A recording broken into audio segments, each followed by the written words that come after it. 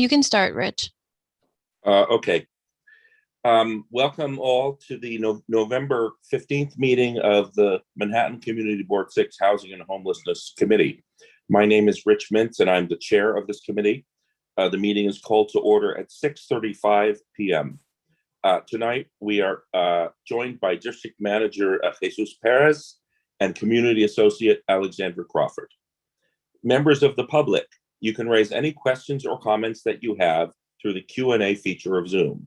If there is time following the committee discussion, we will field questions from the public. Tonight's minutes will be taken by Anju Suresh.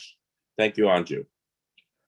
We will now take attendance of the committee members by roll call. Alexandra will conduct a roll call. Committee members, I will call your name and you will unmute yourselves. When your name is called, please say present. I will announce if there is quorum. Neil Barclay. Present. Abigail Cruzmark. Abigail Cruzmark. Rich Mintz. Present. Anju Suresh. Present. Corinne Vanderdonk. Jeffrey Zellen. Sandra Leftoff. Present. Maura Wong. Present. Eric Goldberg. Present. Michael Devereaux. Michael Devereaux. Wells Magali. Wells Magali. We have quorum. Thank you very much. The agenda for tonight's meeting was distributed ahead of time by the board office and is reflected on the screen before you, although it's not. Alice, can you please put the agenda up?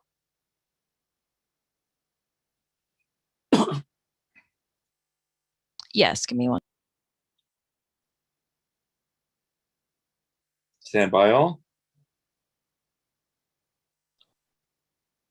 Yeah, it was just that our presenters were very eager to show their presentation, so I know, it was very they beat us exciting. to the punch. So we'll get there. It's fine. It's fine. We got the agenda up now. If there's no objection, we will adopt the agenda as written. Members of the committee, if you object to adopting the agenda, you may raise your hand through Zoom. And I am on an iPad, so I can't see whose hand is raised when there is a presentation up. Do any of my co-hosts see any hands raised? No. Okay. So seeing no objections, the agenda for tonight's meeting is adopted. The minutes from the sorry, that was the agenda. Now we're going to do the minutes. The minutes from the October 18th meeting were distributed ahead of time by the board office. If there is no objection, we will adopt the minutes as drafted. Members of the committee, if you object to adopting the minutes, please raise your hand through Zoom.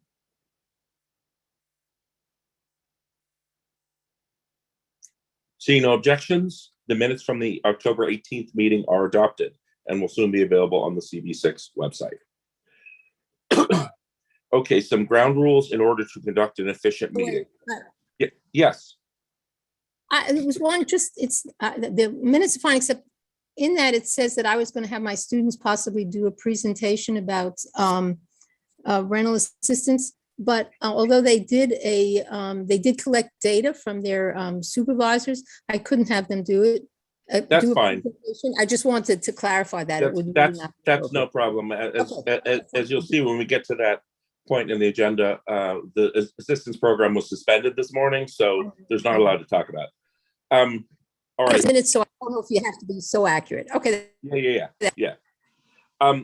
So the ground rules for today: number one, no one may speak without being granted the floor.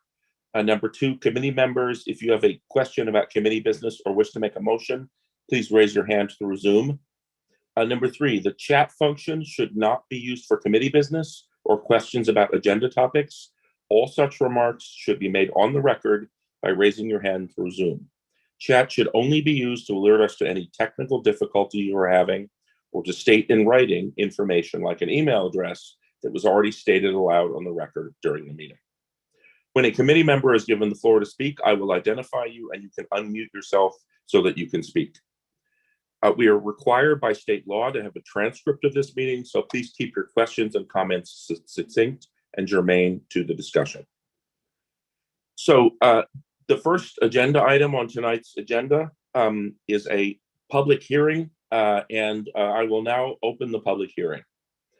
The public hearing on the joint ULURP application regarding 215 East 45th Street, which consists of a request for a site selection, 220131 PSM, disposition of city-owned property to project renewal, designation of an urban development action area, 220132 HAM, and approval of an urban development action area project to facilitate construction of a new, as of right, 21-story multi-use facility that includes a 171-bed shelter for women, 130 new units of supportive affordable housing, and a public medical clinic at 215 East 45th Street is now open. If any members of the public want to speak on this matter, please raise your hand through Zoom or indicate your written statement or any questions in the Q&A.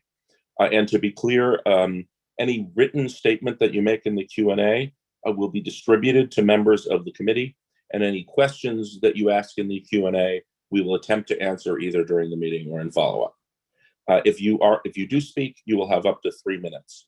And remember that before you begin speaking, please state your full name and your affiliation. Now, I believe we are going to start with a presentation on behalf of Project Renewal. Is that right?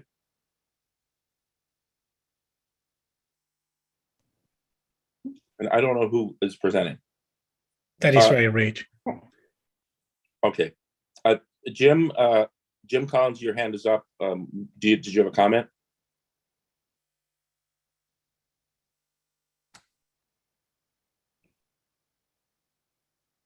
I don't hear anything. Can you hear me now? Can you hear me now, yeah, Rich? Yes, Jim, I hear you. Okay, I'm sorry. I apologize. No worries. I'm just wondering why this is being adopted as an urban development action plan. And if it's an as of right presentation, those two would seem to be mutually exclusive. And moreover, this will be next to an existing facility, as I recollect. There's already a, I forget the name of the organization. One of the members is here, or one of the representatives of that organization is here now, that exists on that same block. Why do these things always seem to be located in Community Board 6 as opposed to further uptown, perhaps in Community Board 8, where my understanding is there's only one, perhaps two shelters, and the one shelter is for homeless women over the age of 45, I believe it is. I think we should hold that question for discussion, but I'll recognize you first when we get to discussion. And if the presenter can respond to the question about there being multiple facilities on the block, that's also fine. Jim, you'll be first. Thank you. Thank you. So our presenter is welcome to continue. Thank you so much. Good evening, Community Board 6 and the community members. My name is Joan Huang, a borough planner with the HPD Manhattan Planning Divisions. I'm joined by my colleagues, Felipe Cotes, Deputy Director of Manhattan Planning, and our development partners, Project Renewal and the Monarch Development. And I believe our sister agency, Department of Homeless Services, is also here today. So we are happy to be here to present the new Providence redevelopment projects located at the 225 East 45th Street. So we are currently in the ULURP stage and seeking your support on the proposed development plan. Next slide, please. So this is the agenda we will go through today. Next slide, please. So just want to give a summary of this, the proposed developments. So the site is currently owned by DHS. HPD is advancing the project in partnership with DHS and the Project Renewal. The project recently got certified by CPC on November 1st, 2021. The proposed development will be a new 21-story building, providing approximately 171 shelter beds and 131 affordable housing units, with on-site social services and a ground floor medical clinic. And the land use action to facilitate the proposed development includes a disposition of a city-owned land and the site selection. Next slide, please. So the slide just to give you an idea where the site is located. The site is located on the East 45th Street between the 3rd and the 2nd Avenues. So now I will turn the presentation over to our development team to introduce themselves and the further detail of this project.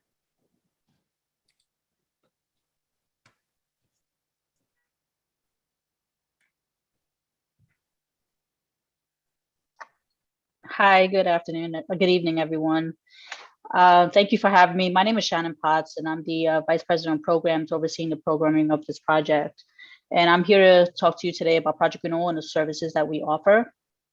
So I'd first like to start with talking a little bit about Project Renewal's mission. Our mission is to end the cycle of homelessness by empowering individuals and families to renew their lives with health, homes, and jobs. Our innovative programs are designed to end the revolving door of emergency room visits, jails, shelters, and the streets. For over 50 years, our pioneering approach has created uniquely integrated and comprehensive solutions in health, homes, and jobs. So we're proudly one of New York City's largest providers of comprehensive health services to homeless individuals, and we deliver healthcare to more than 12,000 people a year. Our healthcare services include addiction treatment, shelter-based primary care clinics, shelter-based dental care clinics, psychiatry, which include telehealth and telepsych, optometry, and occupational therapy. We also offer mobile care that serve communities across the city. In addition, we provide emergency, transitional, and permanent housing to nearly 4,000 homeless New Yorkers a year. This includes veterans and families. We have 13 housing programs, soon to be 14, that are scattered throughout New York City, and 7 shelters that are based in Brooklyn, Manhattan, including 2 located on the Lower East Side, as well as the Bronx. Our shelters serve our most vulnerable populations, which are individuals with mental illness, substance use disorders, and criminal justice involvement. We also provide services to older New Yorkers and LGBTQ+ young adults. As part of our wraparound services, we incorporate employment assistance into every aspect of programming, where we connect our clients to services that match their needs. We get adults into competitive jobs quickly, and we help them stay employed. Our workforce development programs include a culinary arts training program, Next Step Workforce, as well as a Next Step internship program, where our participants gain hands-on experience within the Project Renewal programs. As many of you know, in 1997, Project Renewal opened in New Providence. It's currently a 130-bed shelter located in Midtown East that provides temporary housing for single adult women with histories of substance use and or mental health issues. The shelter's primary goal is to assist our residents with securing permanent housing. And while at New Providence, our residents receive comprehensive case management services, which include connection to the services that we just talked about, healthcare, transition to housing, and employment. Our on-site clinic provides easy access to our residents to receive mental health and medical care. And New Providence is staffed 24 hours a day, 7 days a week, and includes around-the-clock contracted security presence. All of the residents that reside at New Providence are referred to our facility through the Department of Homeless Services. And although New Providence has had success placing their residents into permanent housing, the site functions extremely inefficiently in its current configuration and does not meet Project Renewal's needs. The facility, originally an orphanage, is comprised of 2 older buildings that was retrofitted to serve as a shelter. And this was to meet the high demand for shelter beds. The physical layout is less than friendly to navigate with its maze-like design and tight hallway space. And while the on-site medical clinic has been essential to serving our residents, it's tucked away on the 2nd floor, making it challenging to access without guidance from staff. It also creates barriers to serving the broader community, which is a goal of ours, because patients must walk through the women's shelter to access it. So now we have this opportunity to create a shelter whose form meets its function and creates better sightlines for staff and security. And I'll broadly go into some of what our plans are, but we do plan to create additional space to include supportive and affordable housing that will house a street-facing medical clinic. The building will be custom designed for state-of-the-art programming, which will include occupational therapy. Groups and one-on-one occupational therapy treatment sessions will provide opportunities for our clients to develop the skills needed for self-care, emotional regulation, effective communication, home management, and other activities of daily living. By helping clients to establish a sense of belonging and develop meaningful relationships within the building, occupational therapy will promote each individual's ability to be a good neighbor by caring for themselves and their surroundings. So we're really excited about this project, and we hope that you'll share our enthusiasm. And at this point, I'd like to pass it along to my colleague, Paul Woody, who will discuss the site's redevelopment. Yeah, hi. Thanks, everybody. Thanks, Shannon. So I'll keep it quick. The sort of overall program of the proposed redevelopment has been described earlier, but it'll be 130 new supportive and affordable housing units, 79 of which will be supportive units for formerly homeless tenants, paying about 30% of their income, and the remaining 51 units in the housing will be for New Yorkers earning up to 60% of the area median income. We'll also be, we're also proposing to redevelop a new modernized shelter, as Shannon described, that would serve the same population as is currently being served on the site that's proposed to be redeveloped, as well as the clinic. And I think a lot of shelters operating in New York City have been retrofitted from previous uses, but one of the reasons we're enthusiastic about this project is, it'll be a purpose-built shelter designed with program input to really meet the needs of our staff, the clients, and the surrounding community. And I'll turn it over to Keith from Datner Architects, who will talk a little bit more about the design. Thank you, Paul. Good evening, everyone. I'm Keith Engel, Senior Associate at Datner Architects and the Project Manager for the project. And with that, I'll just be walking you through some of the key plans of the development. So this plan on the screen now is the ground floor of the project, which is comprised of the three major programs for the development: the shelter in blue, the supportive housing in red, and the clinic in yellow. These two programs have individual entries, as you can see, directly from 45th Street. The shelter to the west, supportive housing to the east, and the clinic at the center of the building. So the public-facing clinic is a major component at the ground floor, occupying a pretty significant component, and will impart some activity onto the street level experience as well. In terms of the zoning of the overall building, the shelter spans from the 2nd through the 6th floors, and the supportive housing spans from the 7th floors through the roof. On this next slide, this describes the 2nd floor of the building, which comprises the more communal shelter programs that are required for the shelter residents. A dining room is located along the front facade, which maximizes daylight and views, and a commercial kitchen that serves such dining room is located at the center of the plan. A key component is an exterior roof terrace provided at the rear of the building for passive recreation for both the shelter and the supportive housing residents. And with this next slide, I'll just speak to just some additional design features for the project. The project will incorporate sustainable measures and provide a healthy living environment for residents. The project will meet enterprise green community standards. And a highlight of the features provided will include low flow plumbing fixtures, ample daylight opportunities throughout, healthy low VOC materials, and a high performance building envelope. Also the roof terrace, which I spoke to previously, will incorporate green elements while providing passive recreation. And with that, I'll turn it over to Anand to speak to this next slide. Hi, everyone. I'm Frank Dubinsky from Monadnock Development and Construction. We're partners with Project Renewal on this exciting development. We at Monadnock have a long history of meeting and exceeding city and state and local goals for local hiring, minority and women business contracting, and we will do so on this project as well. We have completed many projects with our partners at HPD and other city agencies, and participate in Hire NYC and Section 3 hiring and reporting as required by the city, all with great success in the past. We think this can be a great project for the community and for us and Project Renewal, and we will be conscientious developers and builders, as we always are.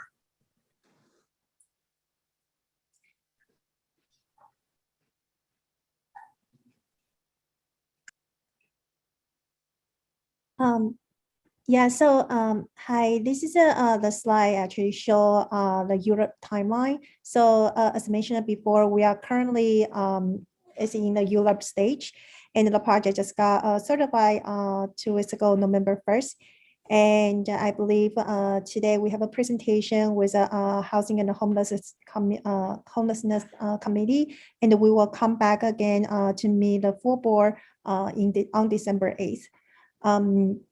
So after that, we will have the borough president's meeting, city planning committee hearing, and also city council hearing.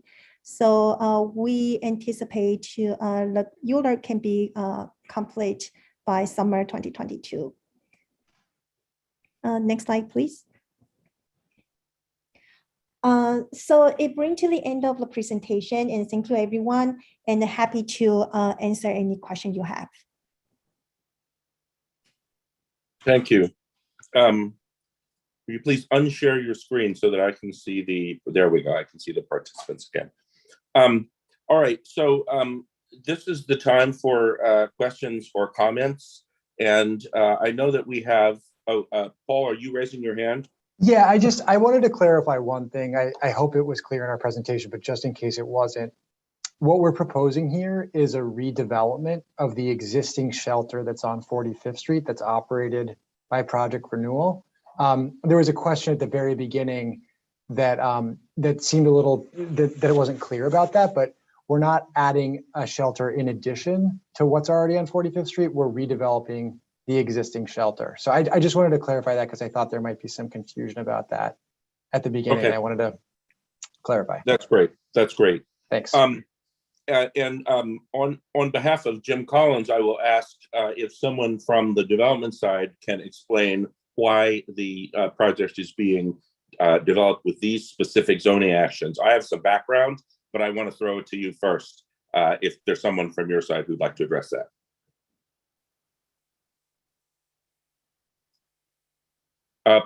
Felipe, are you muted? I can see your face moving.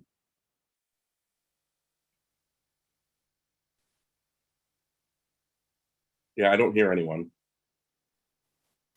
Can you hear me now? Yes, that worked. Whatever you did. Sorry. My mic, I don't know, my headphones weren't working. So I was saying to Rich that HPD will take that part of the question. Okay. So I believe the question why is the project seeking UDAP designation and project approval as part of the land use actions? Is that right? Okay. Yes.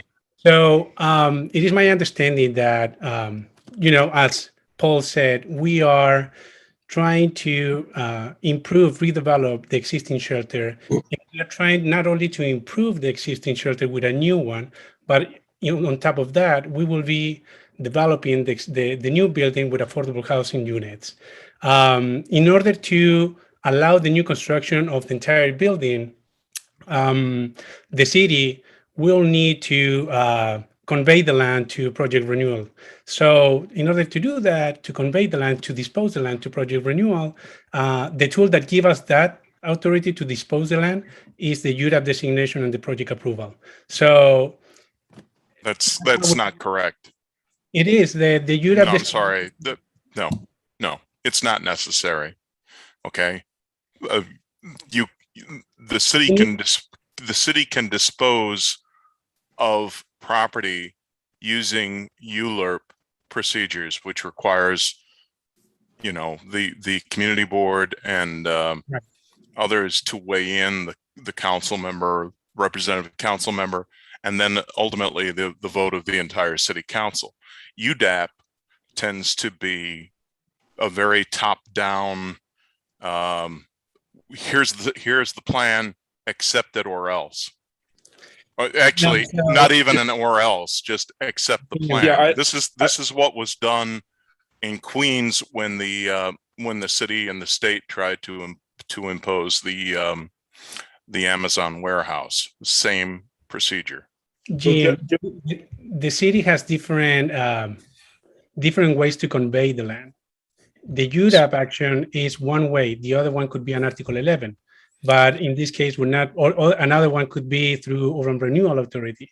So why we not need use to the go through ULURP? Why not We- use standard ULURP then? No, This no, is no, a no. ULURP application. Tim, this is a That's- ULURP. The ULURP process is what give us the way to use the tools that we have that we have at our disposal, which is in this case the UDAP, the Article 11, or later on by urban renewal. In addition to this, we are adding the site selection. So again, Question for you: Does UDAP involve any community involvement whatsoever? No, you're. I think you're maybe getting a little bit confused. The ULURP is the process in which we have to go through to get approval to use these tools.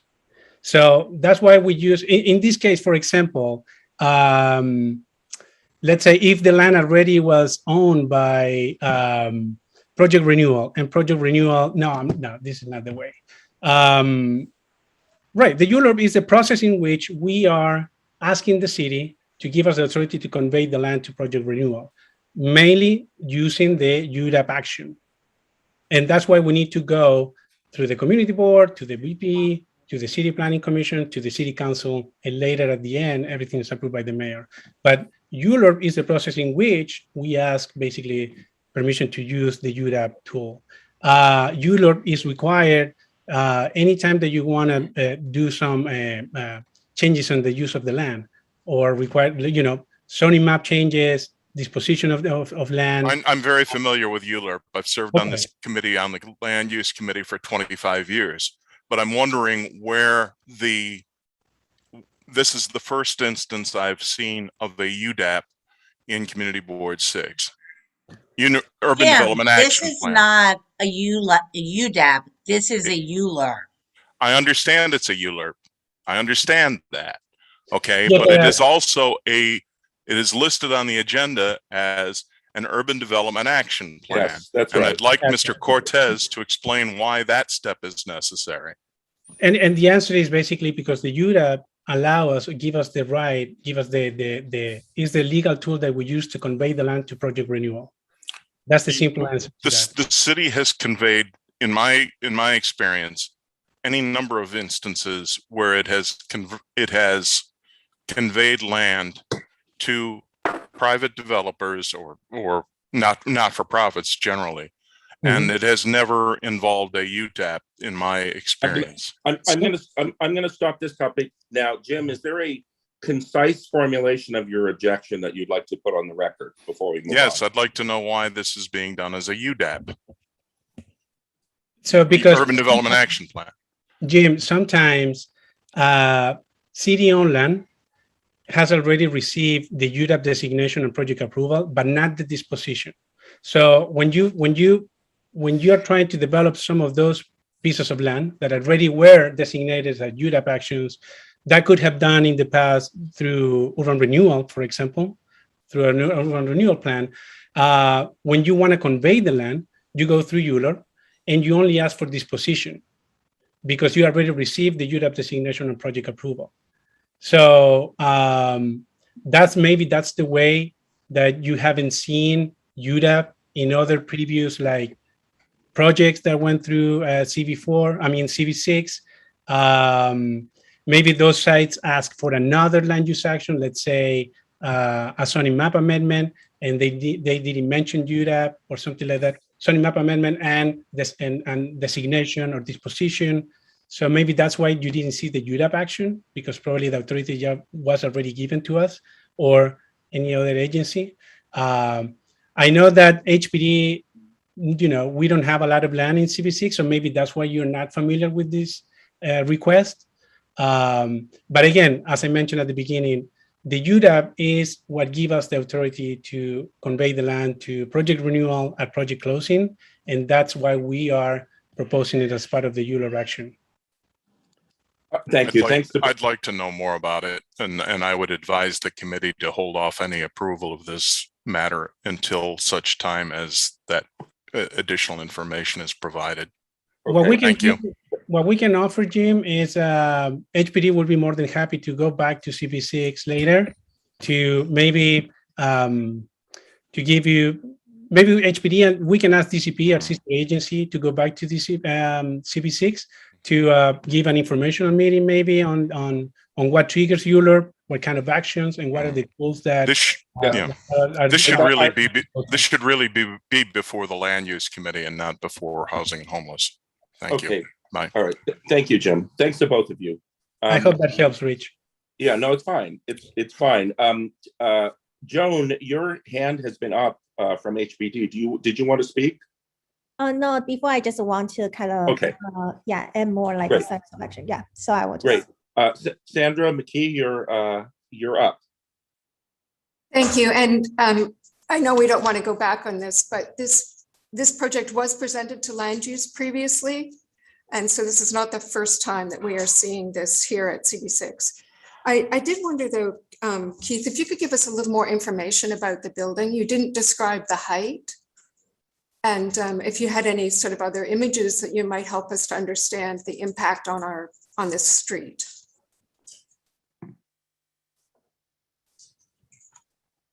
Absolutely. So I can share my screen again and just kind of give go ahead, a basic view of the massing overall. Just bear with me 1 second. Okay, so this image is largely similar to what we presented to the land use committee earlier in the year. So basically, this is the 21-story tower as we're describing. I think I spoke a little bit to the zoning overall in terms of the massing with the clinic on the ground floor, the shelter spanning up through the 6th floor, and then the supportive housing above. There's a little bit of complexity in getting the as of right to work because we are spanning 2 different zoning districts. There's a district boundary that bisects the site. So a lot of what the design and development team really honed in on was trying to make a cohesive envelope. So basically coming to a height of 85 feet and setting back 20 feet, and then going up to a full height of, I believe, 220 feet in total. Now, again, in terms of contextual massing, this is something that we deeply considered. We're right up against the A&E building, even though that's 16 stories, we're ever so slightly taller than that. And to the west of us is a hotel, I believe it's about 33 stories. So in considering the contextualness and the experience on the street, it's largely similar to bypassing the A&E building, more or less. Okay. Thank you. You're welcome. Thank you. Sandra Leftoff, would you like to speak? And you are muted. You are still muted. Okay. There you go. Okay, here I am. I couldn't really see the details of the picture you showed of the, I guess, a higher floor. It was too small for me. But I would like to see you showed us the 1st and 2nd floor, but nothing about the shelter floors. And I would like to see what that looks like. Also, this is a psychiatric facility. I mean, you have a large population, as I understand it, of psychiatric patients. I don't know. I would like to know more about that. I'd like to know who you're affiliated with. I also would like to know some outcome data that you have on what happens to people who go through your program in terms of their mental health, what your data is on that, in terms of the jobs and in terms of their coming up with permanent housing. So, and at first, but the affiliation that you have as a psychiatric looks like a sort of, I would call it in the old days, a halfway house. Okay, so there's 2 core questions. One is about the configuration of the shelter space, yes, and the other absolutely. is about psychiatric services and affiliation. Yes, and the assumption that this is a psychiatric care facility. How are they, what's the affiliation? How does it work? And what are the outcomes? Okay.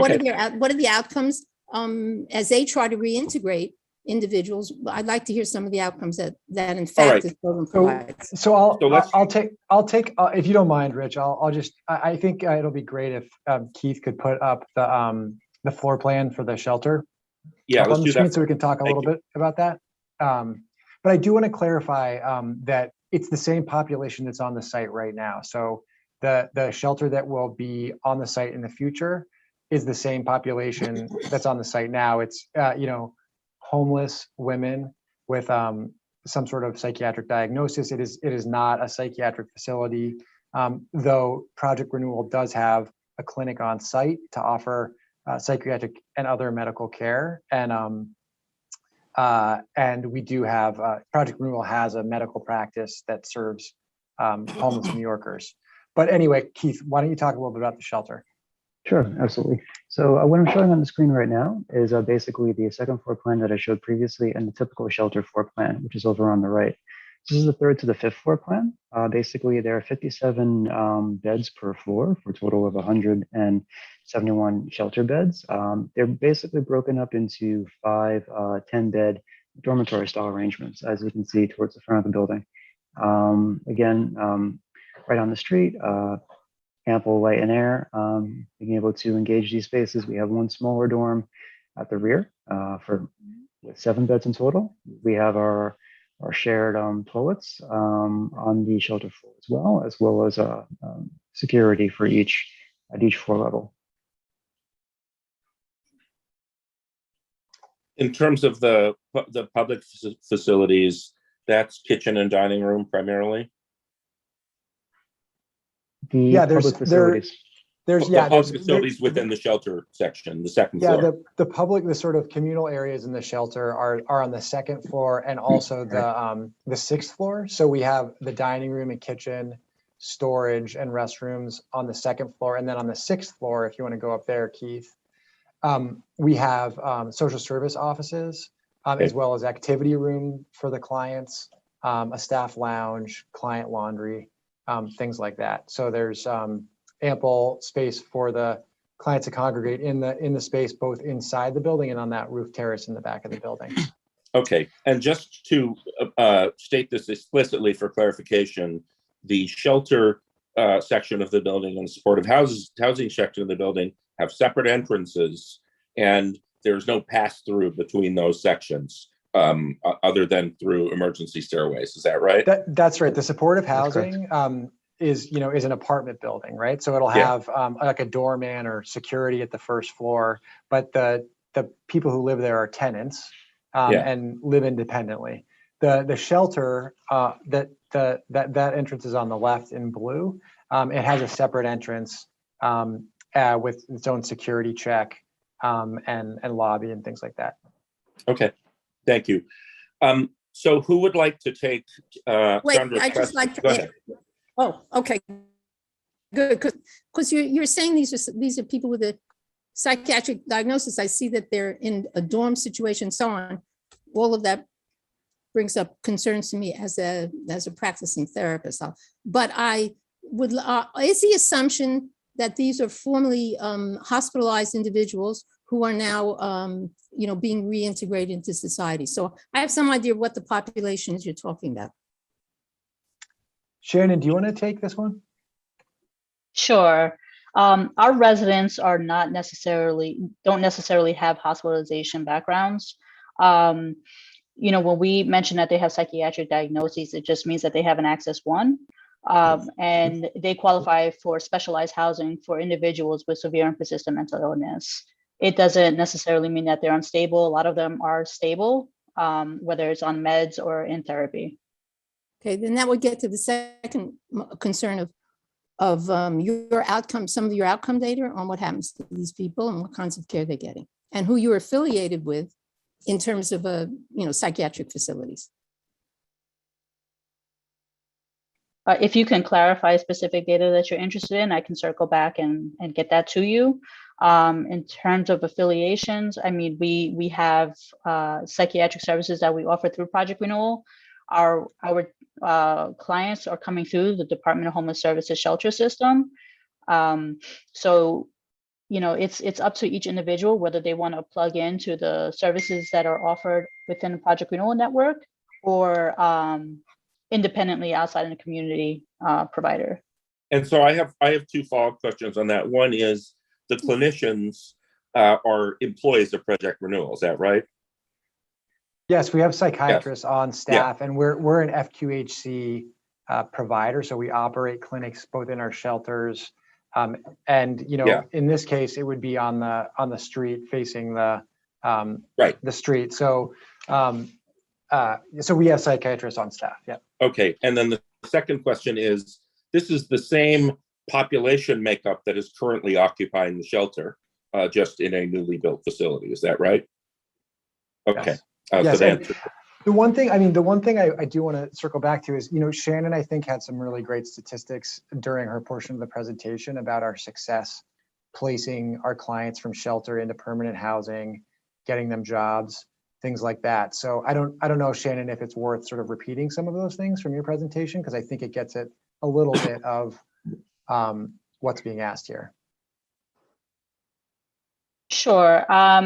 So, in terms of data and figures, I don't have that with me at this moment. I can certainly circle back to it.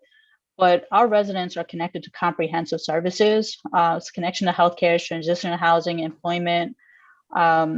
We work within the Project Renewal Network as well as with community resources to link clients to different resources, whatever would address their needs. We have had success placing our residents into permanent housing. If you're looking for a figure, again, I can circle back and get that number for you. But each year it varies. Okay, I would love the employment data. That would be what happens to them in terms of work. So if you can, that would be great. And as well as housing. I think that it would be nice to have some of that. Is the availability of permanent housing one of the constraints that limits the placement of clients into permanent housing? Absolutely. Yeah. I mean, as everybody knows, there's a housing shortage in New York City. We're excited that this project will contribute 130 units of permanent housing, towards that problem. And, for our clients, especially, a lot of them really benefit from supportive housing. So that's permanent housing with supportive services in the housing to help them stay permanently housed. And so that's who part of our population in the housing is going to be. So, we're very happy about that. People could theoretically transition from the shelter component of this building into a permanent apartment in the building, given availability.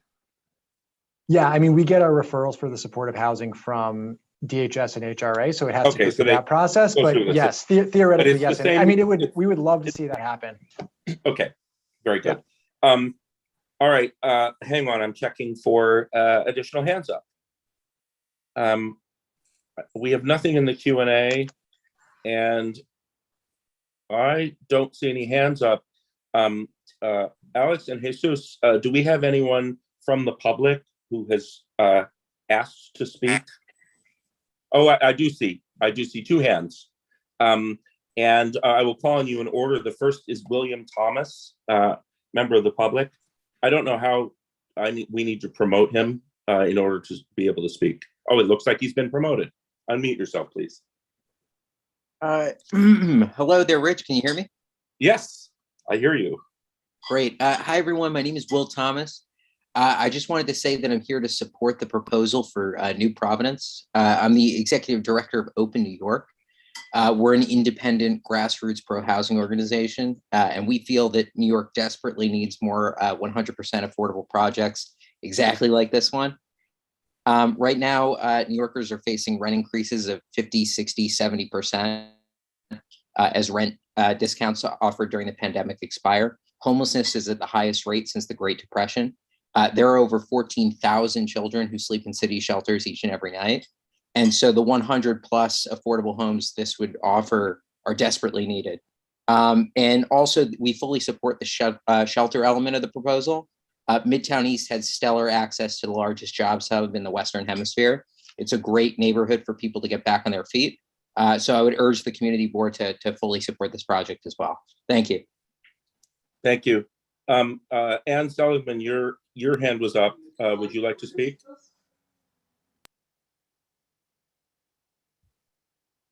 Sorry, that was the There she second comes. my husband chose to walk in. So I just had a couple of comments that I had raised when I first, sort of variations on when I first heard this presentation to the Land Use Committee, Land Use and Waterfront Committee, and they were requests for you to consider incorporating in the design a green roof, or in making that outside space sort of a community garden, which both of which are super helpful things from an environmental perspective, um, as we look to reduce CSOs in the community, and also might be a way to bring residents of the building and other community members together. Um, and it looks like we might be losing the Grand Central Library. I know you don't exactly have space for a whole new library there, but maybe there's, again, that's a way to incorporate a resource that would be super useful, for both residents, of the building and other community members. So I just hope you'll kind of think about ways that you can make this kind of not a bulwark, but really integrated with the community. Thank you, Anne. Is there any response to that? Yeah, I mean, I think the sort of planter boxes and garden on the third floor terrace or the second floor terrace is a great idea. Our occupational therapy program has had a lot of success running programs, sort of occupational therapy programs around gardening and planting, and so I think that's a great idea, and we'll definitely explore it. I know they'd be enthusiastic about it. And then a more extensive green roof on the top floor, on the 21st floor, I think would be tough given that it's a small roof. But I think doing sedum planters or something up there that could get at what you're talking about is something that we could definitely look at. Thank you. Great, thank you. Thanks, Anne. We have a few more speakers. Renzo Ramirez, you're the next one up. If our hosts can promote you, you will be able to unmute yourself. I will unmute. And just as a reminder, you have 3 minutes to speak, and please state your full name and affiliation. Hello, can you guys hear me? Yes. All right, cool. Well, my name is Renzo Ramirez and I'm with 32BJ. That's my name and affiliation, but I'll start out with my testimony. So good evening, Manhattan Community Board 6. My name is Renzo Ramirez and I am a member of 32BJ SCIU. I'm here on behalf of the more than 85,000 32BJ members to express our support for this project. The developers, HPD, DHS, and Project Renewal have applied to dispose of and redevelop a city-owned site, which includes a shelter. We are pleased to announce that Project Renewal has reached out early to make a credible commitment to provide prevailing wage jobs to the future security workers at this site. 32BJ supports responsible developers who invest in the communities where they build. We know that this development will continue to uphold the industry standard and provide opportunities for working families to thrive. Project Renewal has reached out about making a commitment to the prevailing wage for security workers. We will continue to keep the community updated as we hold conversations with the developers. Thank you so much for your time. Thank you very much for your testimony. We have 2 more hands up. Ryan Kukos, you are next. And you will soon be promoted and unmuted.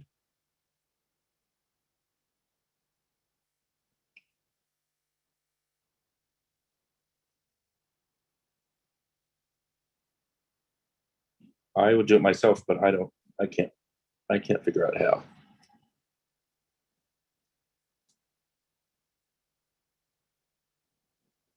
Alex has got it. It's just sometimes it takes a few seconds more. Okay, Yeah, got it. you should be able to unmute yourself, and please state your name, affiliation, and you have 3 minutes. Okay, good evening, everyone. My name is Ryan Pukos, and I'm with the Grand Central Partnership, and I'm going to read a brief statement in support of the project. The Grand Central Partnership is a business improvement district serving an approximately 70 square block area in Midtown East surrounding Grand Central Terminal. As one of the world's largest bids serving a district with 73 million square feet of commercial, residential, and retail building space, our goals are to keep our Midtown East neighborhood clean, safe, and thriving. We believe that Project Renewal's New Providence project supports these goals in 2 important ways. First, the New Providence redevelopment will transform what is currently an aged city-owned facility into a beautiful state-of-the-art building that will activate the streetscape and create 130 deeply affordable and supportive housing units. The supportive housing units at New Providence will provide homes for formerly homeless New Yorkers and will specifically target chronically homeless individuals. Based on our ongoing work with Breaking Ground, our frontline homeless services provider and one of the city's largest providers of supportive housing, we know that it can be very difficult to move these individuals from the street to housing when a supportive housing option is not available. Second, New Providence will feature public-facing health clinics serving mostly low-income New Yorkers. We plan to work with Project Renewal and Breaking Ground to coordinate outreach and share data to ensure that street homeless New Yorkers, especially those living in our district, as well as others in Midtown East, know that the clinic is a resource available to them. For these reasons, including the benefits to quality of life for the street homeless in our district, we are supportive of the New Providence project. Thank you.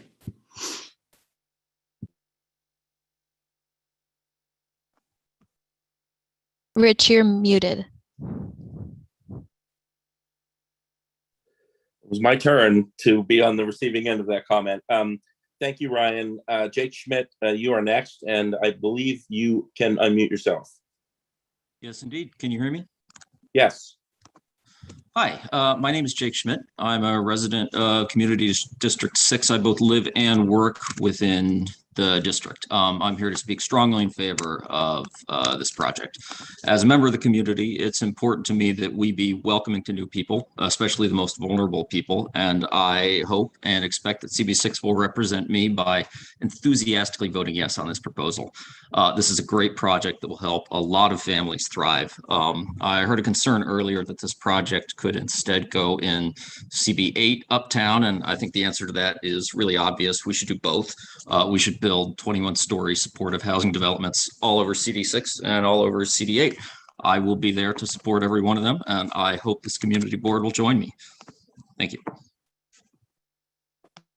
Thank you for that statement. I am checking the queue to see if we have other hands up. We have no hands up in the Q&A, and we have no hands up among members, and we have no hands up among attendees. Is there anyone else who would like to speak on this matter? Please raise your hand now.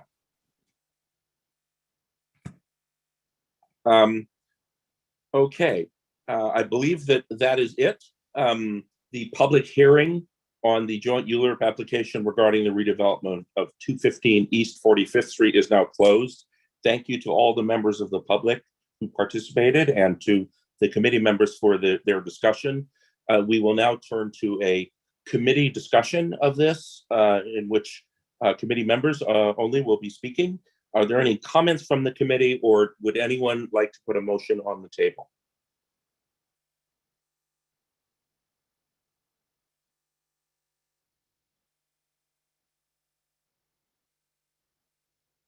Don't all talk at once. I'm not actually a committee member. Can I make a motion? Sandra, you are welcome to speak. Okay. I don't believe you can make a motion, but I believe you can say what your motion would be. I must say I live very close to this location, and I think it's a great project. I hope we can support it. It has already come to land use and we've had a pretty extensive discussion about it. I'm hoping that this committee will also support it. Thank you. Thank you. Is there, can I ask, Jesus, am I empowered to make a motion as the chair or am I not? According to Robert's rules, they would prefer that chairs did not. However, when the group is small, like a committee chair is empowered to make a motion. Yes. Okay. In full board, they would ask that a chair would refrain. I mean, I will not unless nobody else does, but someone will have to. Otherwise, we can't. Rich, what motion would you like? What motion would you like made? It looks like Anju requests the floor. Yes, Anju, please speak. Yes, would the motion be to, I'd like to make a motion to, is it to approve the ULURP? What would be the appropriate? The options that we have as a committee are to express an opinion of no objection, which is neutral, favorable, which is we support the project, conditional favorable, which is that we support it with conditions, unfavorable, conditional unfavorable, which means we say unfavorable unless something happens, or to waive comment, which is basically to abstain. So it would be a motion for a favorable judgment by the committee. Would I think sounds like what you were asking for. Yeah, motion for a favorable judgment of the committee. Yep. Okay, we have a motion on the table for a favorable judgment. Is there a second from a member of the committee? I second, Eric. Eric, second. Yes. Thank you. And so, is there any discussion of the motion? I see Jim's hand is up. Yeah, Rich, I just wanted to apologize. I took a few minutes when we were offline, and I was confusing this project with a general project plan, which is from the state authority, which was used to build Lincoln Center and a number of other things. I saw the terms which are similar in your agenda, and I was concerned with the two. This is to provide a 20-year tax abatement. So I wanted to correct the record and just apologize for my comments earlier. Very good. Thank you, Jim. And I'm glad that your concern was cleared up. Terrific. Is there any discussion of the motion that is on the table? Or would anyone like to call the question?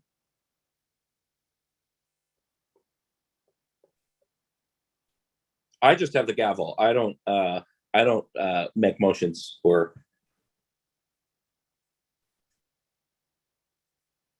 Someone's going to call the question. Eric, I could call the question. Eric has called the question. Thank you. So we will now vote on the motion. It will be made by roll call. The motion is to refer to full board our recommendation that we take a favorable position on this application. A vote will be taken by Alexandra, and when your name is called, you can unmute yourself and answer aye or in support, nay or opposed, abstain or not entitled. Alexandra, you've got the floor. Okay. Neil Barclay. Aye. Rich Mintz. Aye. Anju Suresh. Aye. Sandra Leftoff. Abstain. Maura Wong. In favor. Eric Goldberg. In favor. So the resolution passes with 5 in favor and 1 abstention. Okay, very good. Thank you very much. Thanks to all of our presenters for your time today. You're welcome to stay for the rest of the meeting, but do not feel obligated. And we appreciate all your work on behalf of the community here. Thank you so much, Rich. Sure. Thank you so much. Sure. Thank you for coming for us. Thanks. All right. So we will now pass to the chair's report. This has already been long. So I don't have much to say other than we had another agenda item, which is sort of the same thing. We were going to discuss ways of encouraging people to apply for emergency rental assistance. But as of this morning, and Sandra, I think you know more about this than I do, so you can confirm that I have this right. But I believe that the governor suspended applications from all but a few counties, not including New York City, because the money has run out. And they have asked Congress for more funding. And if they get it, they can reopen. But unless you live in Nassau County, excluding a couple of, or Westchester, excluding Yonkers and Oyster Bay and so forth, you can't apply anymore as of this morning. Applications are still open for people making 80 to 120% of the area median income, but that is not the primary target population of our advocacy. And so I'm assuming that advertising that would be more confusing than it would be helpful. But if there's any discussion, Sandra, is there anything you want to add to what I just said? No, actually, that was the disappointing news, right? That we ran out of money. They suddenly got very effective in getting people to sign up, but there really is it still was a problem. It's now a moot point, but many people didn't know about it. And I knew some people where I said, at least put in your application, because if they could get that application in by last night, it would freeze their being evicted for a year, right? But people just didn't know about it. It was so frustrating.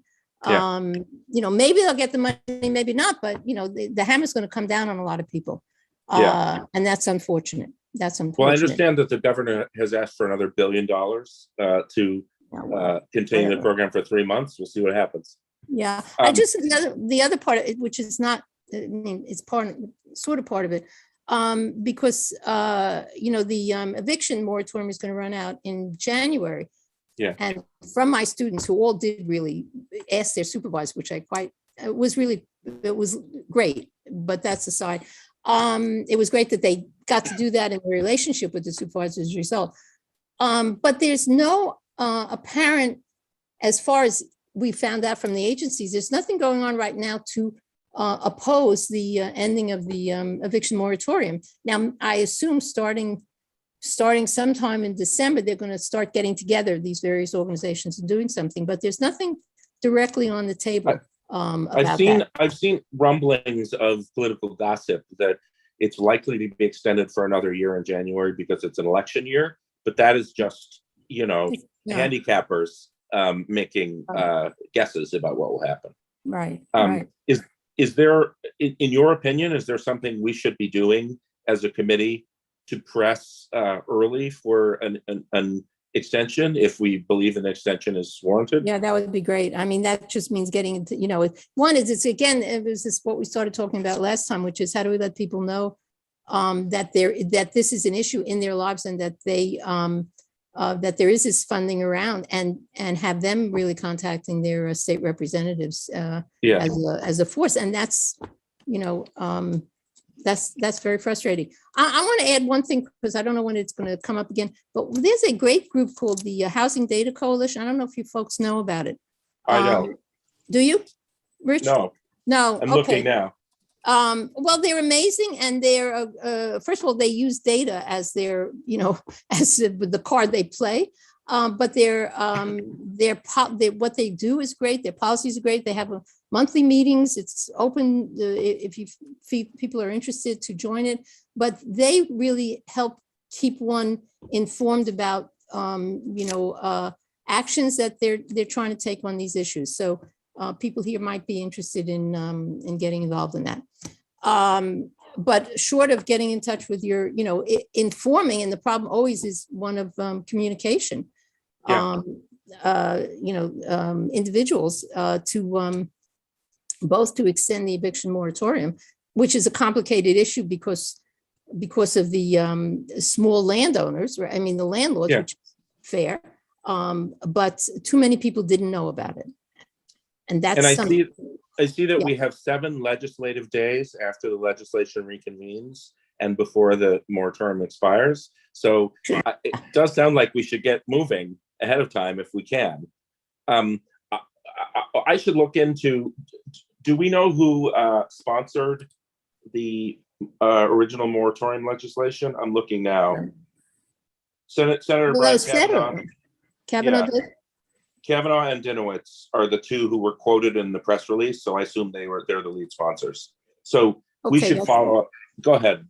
No, I- that's, Yeah, I should follow up with their offices, and I'll coordinate with the board office to make sure we're not crossing, but we should find out if they're planning to carry legislation again. okay. All right.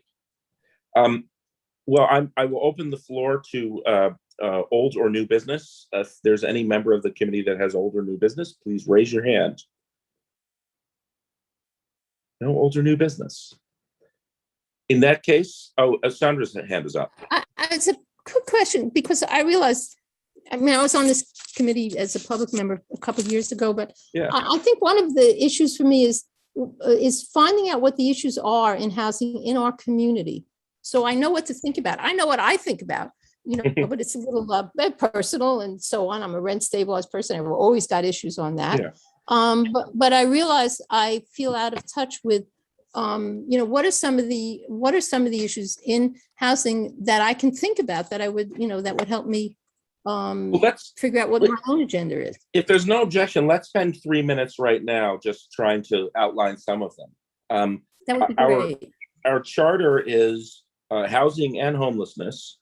Okay. And we understand that to start with homelessness, because I live over near Bellevue and it's more visible.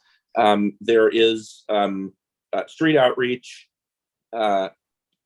supportive shelter facilities, supportive housing, and general housing costs and availability, which shades over into the other category.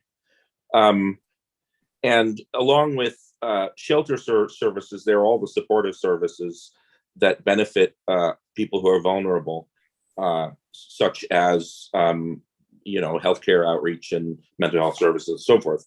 On the housing side, as a rent stabilized tenant, why don't you talk a little about the things that you experience or Oh worry my about God. from a I don't housing think you want to hear. perspective? Well, you know, I'll tell you what my building's already gone through, you know, a conversion to a very costly condo, except for I'll say the old folks who are still there as renters, right? And it was a very, very difficult transition, as anybody who goes through that knows. Yeah. But I'll tell you one of the thing that was on my mind that's very bizarre. So the people who rent stabilized are the older tenants, right? That's why we're there, and that's how we got those apartments. And then there are the newer condo owners, and there is so there's a condo board. Well, one of the things that happens is the rent stabilized become really totally disenfranchised from the functioning of the building because there are the condo boards, but nobody ever tells us what's going on, nor do we have a voice in it.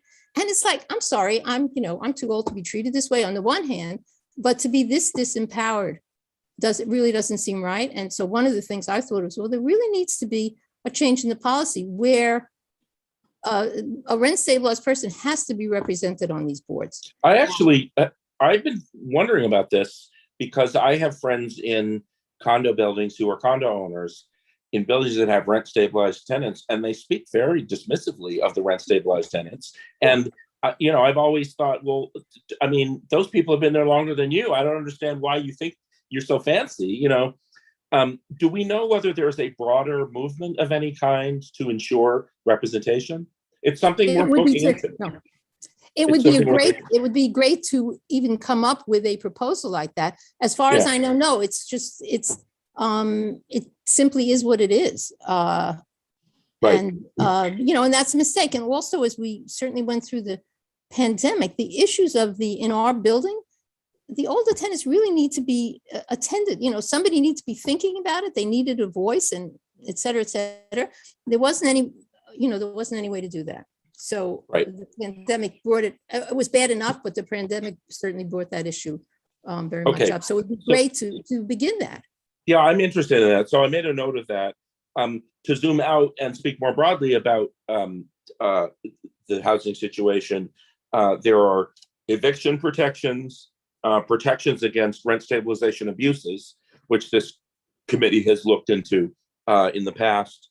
And then there's support for tenants in ensuring that they can live safely with adequate physical infrastructure and heat that goes on when it's supposed to, and so forth.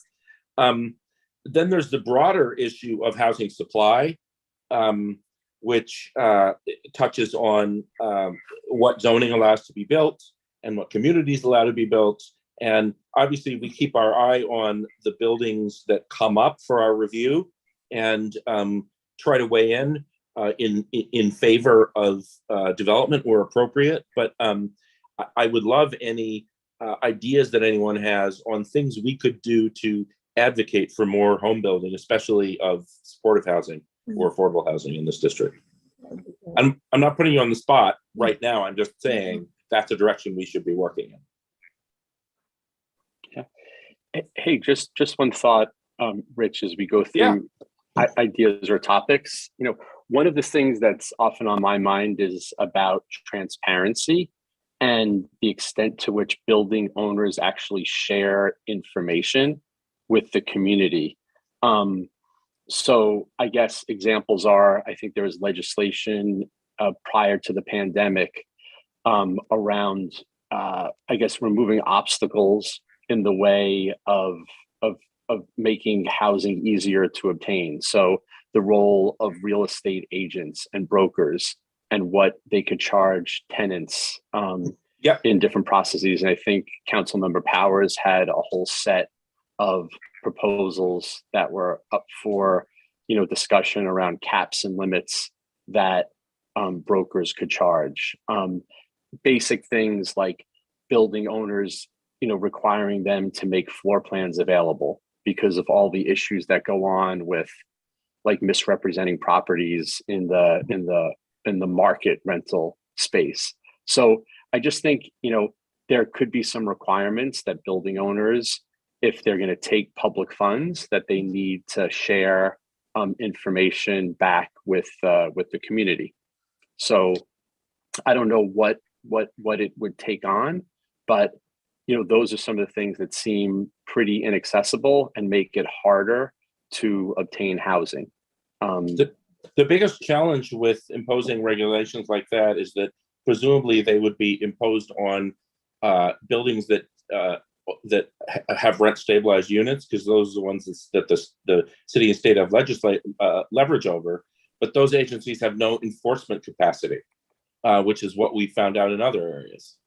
Right. Well, I was going to suggest, and I don't have as detailed understanding, but any building that takes government funds, whether stabilized or not, there could be a set of regulations. So, for instance, like I said, I'm a resident at Waterside Plaza. They just entered into a huge agreement with the city and the state, and there was basically no requirement that they kind of open their books in any way, that they share information about the units that they have, their profitability, anything that would require some compliance after the fact, from some agreement that was put in place. So just, I haven't fleshed them out and don't have the expertise yet in this area, but there's a lot of impediments and roadblocks that are out there to allowing the housing market to function more kind of freely and openly,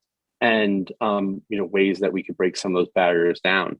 You said it exactly right when you started. I mean, the way that most of the real estate industry in New York City makes its living is by trading on a lack of transparency. Like they get paid for giving you information that you can't get other ways. And that's, I'm not saying they're evil. I'm just saying that, that's where the lack of transparency comes from. Agreed, right? And how, and any ways that can make it easier. And I think this is a smaller part of the market, but just something to think about. Okay, sounds good. And I would just add, I would just add that if they are taking public funds, then they have to disclose this. I mean, it's a sort of part of one of the requirements to receive the funds. And if they do not want the transparency because maybe there are things that what they're practicing isn't necessarily bad, But for their investors or shareholders or people that have some type of interest, a financial interest, then they don't accept the public funds. But if they're going to take the public funds, I would agree with Eric. There has to be some type of transparency. Very good. Very good. In that same issue, the notion of lack of information is what makes all of us crazy, right? We can't find out what we're supposed to find out. And it would be interesting if the community boards got together and created their own data, their own, I want to say, listing of what is the issues that are really paramount that people could click into, that there exists, that exists for the larger community, and working with other community boards, because it's a terrible problem. It's also the news coverage is sort of non-existent in this. Yeah. And so that would be a terrific addition. You could call up DHCR, but you never really get the right answer either in some of these issues. One thing I can do is work with the board office, to find out if we have relationships with housing committee chairs in other Manhattan community boards, and see if a dialogue can be started. And I'm not asking our hardworking staff to respond now. I'm just putting that on the record as something that we should do. It'd be terrific. Yeah. All right. I think we've probably talked this topic out. I've taken some notes, which I'll write up and share with you, separate from the minutes. Is there any other old or new business? And if not, does someone have a motion to adjourn? Motion to adjourn. Oh, wait, sorry, Rich. Oh, sorry. Yes. Sorry. Before the meeting ends, can we state on the record who is going to be writing the resolution for the ULURP application? I will volunteer unless someone else wants to do it. No hands are up, so I will be the one doing it. Okay, noted.